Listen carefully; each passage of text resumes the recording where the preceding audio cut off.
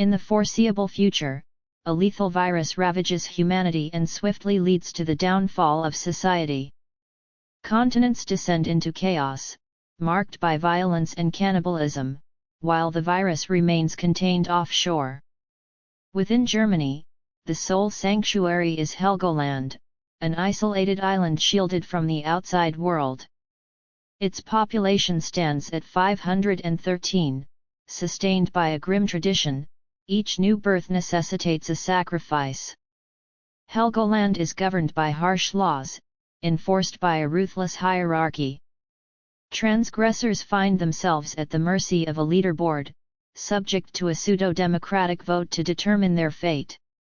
15 years post-outbreak, amidst Amelie's labor, reporter Lola documents the event. Amelie's child arrives safely, blessed by her grandfather who, in a selfless act, chooses self-obliteration to secure the newborn's place.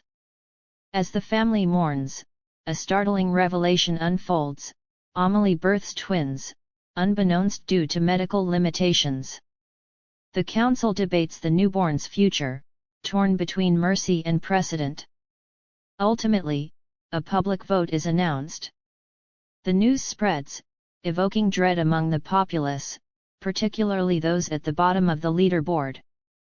Christian, ranked 511th, despairs at his impending fate, while Elise, at 512th, faces dismissal due to age. At the bottom lies Etienne, deemed a criminal despite protestations of diligence. Meanwhile, Marek and his son struggle in the lab, hindered by resource scarcity. Judith, tasked with medicine distribution, faces blame from Etienne's wife for his low ranking. The island teeters on the brink of moral dilemma as its inhabitants confront the grim reality of survival at any cost. Etienne pilfered medicine, justified by Lisa due to the doctor's denial. His sole intent was aiding his ailing wife, yet he endured 4 weeks of starvation as punishment. Their dispute halts as a neighbor arrives for Lisa's grandfather's clock, unveiling Marek's realization of vote buying. Lisa implores Marek to intervene with Beatrice, a pledge he solemnly makes. Meanwhile, Amelie startles awake to discover Elise cradling a baby, prompting immediate accusation of infanticide. Elise protests innocence, claiming discovery of the infant on the stairs. Marek clandestinely delivers medicine to Laure, unbeknownst to Judith, who later divulges to Beatrice. Surprisingly, Beatrice opts for secrecy, valuing Marek's expertise while harboring ambitions for Judith's ascent. A mishap at the supermarket offers Christian a chance to shine, as he gracefully handles a child's accident. His gesture earns praise, echoed by another's gift to the child, rewarded by Beatrice. Nearby, Hendrik informs Etienne and Lisa of his illicit storage duty, offering aid. Lisa confronts Etienne for his repulsive behavior, attempting to push him away, but Henrik intervenes, warning of harsher treatment if she persists. As Henrik departs, Etienne defiantly consumes the discarded tomato, much to Lisa's revulsion. Beatrice observes the exchange, reprimanding Henrik and revealing their familial tie, asserting her inability to shield him indefinitely. Henrik demands power in exchange for compliance. Meanwhile, Marek returns to the lab, unveiling a locked chamber containing Peter, a mainland patient subjected to experimentation. Marek administers treatment, noting Peter's improved condition, hinting at the medication's efficacy. Lisa clandestinely meets Henrik to accept food, exchanged for her body. Their transaction is interrupted by an alert of mainlanders' approach. As Henrik rushes to intercept, he provides Lisa with provisions before joining the guards. Confronted by an incoming raft, warnings are issued, ignored, and ultimately met with fatal force, leading to a standoff. Hendrik's excessive response earns him rebuke from squad leader Mia. Later, amidst voting, Christian's ranking shifts, and the community decides to spare the second baby. Etienne emerges as the chosen sacrifice, yet Lisa accuses Henrik of abuse, prompting solidarity from other women.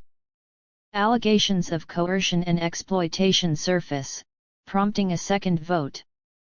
With overwhelming support for the women, Beatrice concedes Henrik's wrongdoing, necessitating a new decision. The community votes to eliminate Henrik, but Beatrice intervenes, citing maternal instinct, and opts to exile him instead. Despite protests, Henrik is incarcerated, with Lola capturing the scene but omitting public dissent from the footage. Meanwhile, Marek returns to the lab, only to find Peter's deteriorating condition. Despite assurances, Peter succumbs to the injection, prompting Marek to dispose of the body. The following day, Linus announces his participation in Mia's expedition to the mainland for updates. Despite Marek's objections, Linus remains resolute. Later, locals bid farewell to the departing group, including Hendrik, who provokes a scuffle with Etienne. During the journey, the group shares tales, envisioning the mainland as a post-apocalyptic landscape. Upon arrival, Hendrik's plea for sympathy backfires, leading to a violent altercation instigated by Heinz, a victim's relative.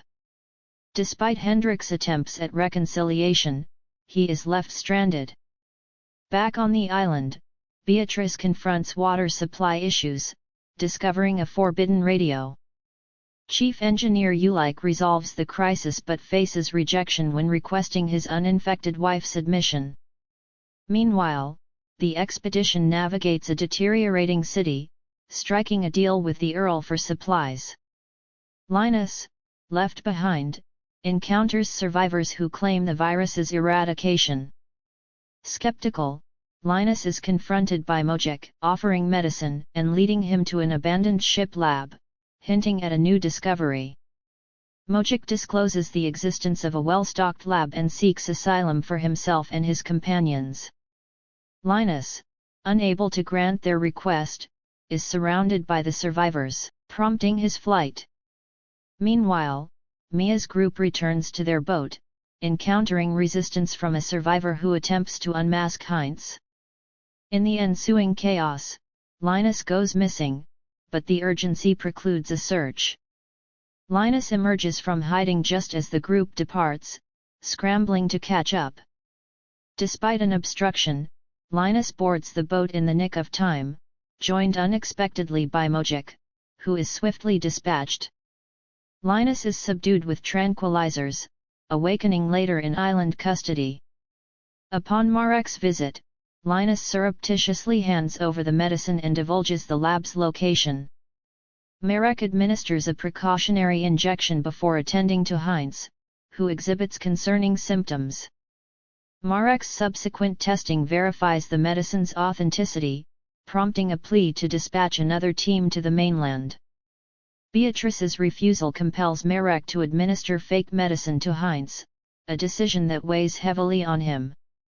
Meanwhile, on the mainland, Earl's men recover Mojic's body, discovering medicine in his possession, leading to a search for his associates. Hendrik observes a survivor bartering with Wilma, sparking his own plans. Hendrik, lacking a proper offering, attempts to charm Wilma with his charm. Wilma initially rebuffs him, but Hendrik's persistence pays off as they dance to music. However, when Hendrik oversteps boundaries, Wilma retaliates. Despite this, Wilma offers Hendrik hospitality, showcasing her daily routine and hinting at her association with Earl. Seizing an opportunity, Hendrik fatally attacks Wilma, exploiting her trust.